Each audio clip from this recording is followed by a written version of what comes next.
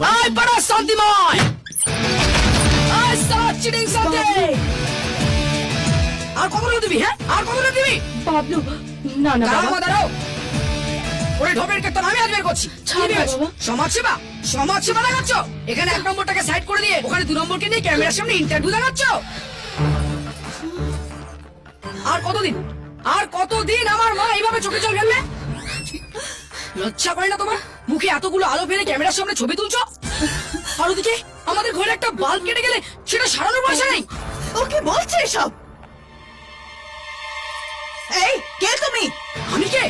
দাঁড়া দেখাচ্ছি না, আমি। বাবলু। হ্যাঁ, কি শুরু করেছো তুমি? টিভিতে বসে বসে ব্যস্ত বাতলা মারো। আমি মহিলাদের জন্য লড়ছি, আর এদিকে বসে বসে আমার মার লাইফটা নষ্ট করছো। কি উল্টো পাল্টা বলছো? উল্টো পাল্টা বলছি? আমি উল্টো পাল্টা বলছি? একটা হাতা খুন্তি কিছু আনো তোর মাথায় মারি। তুমি চুপ করে আছো কেন? কিছু বলতে পারছো না? তো বাবলু, বাবা কি পাকা হয়ে গেছে? এই বাটা বাবা, বাবা বাবার মতো থাকবে, কি করছিস একটা বাবু? কথা বলবে না। দাঁড়াও, আজ সব কটাকে এখান থেকে আমি টেনে বার করবো। ছেড়ে দিন না, ফোনটা দাও, ছেড়ে দিন ছেলেটা না কি? বাবা। ওকে তোমার ছেলে? ওই দেখো 2 নম্বরটা আবার কথা বলছে। ধুর, আজ শেষ করে দেবো সব। দাঁড়াও, কবে করলে এসব?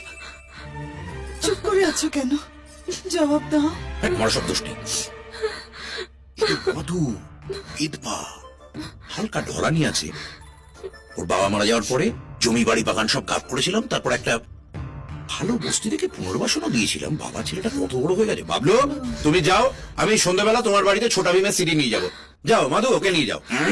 ছোটা ভীম, ওই ছোটা ভীম না এখন বড় হয়ে গেছে, কোথাও যাবো না আমি এইখানেই থাকবো। দেখি কে- বাবলু চল বাবা, চল। নিয়ে যাও, বাবলু, যাও বাবলু, চল। এই, তুমি আমার চল, দেবীর মতো বাবা। আমাকে কাঁদালে, দেখে নেবো আমি। বাবলু, চল। হ্যাঁ, বাইরে ছেলে আছে, বাবলু, হ্যাঁ, দেখে নেবো। চল, চল, বাইরে বেরো, চল, আমার বাবলু। দেখি কি। এ সালা হাদি। নিষ্পাপ এক ছেলের কান্নায় ভিজে গেল কলকাতা।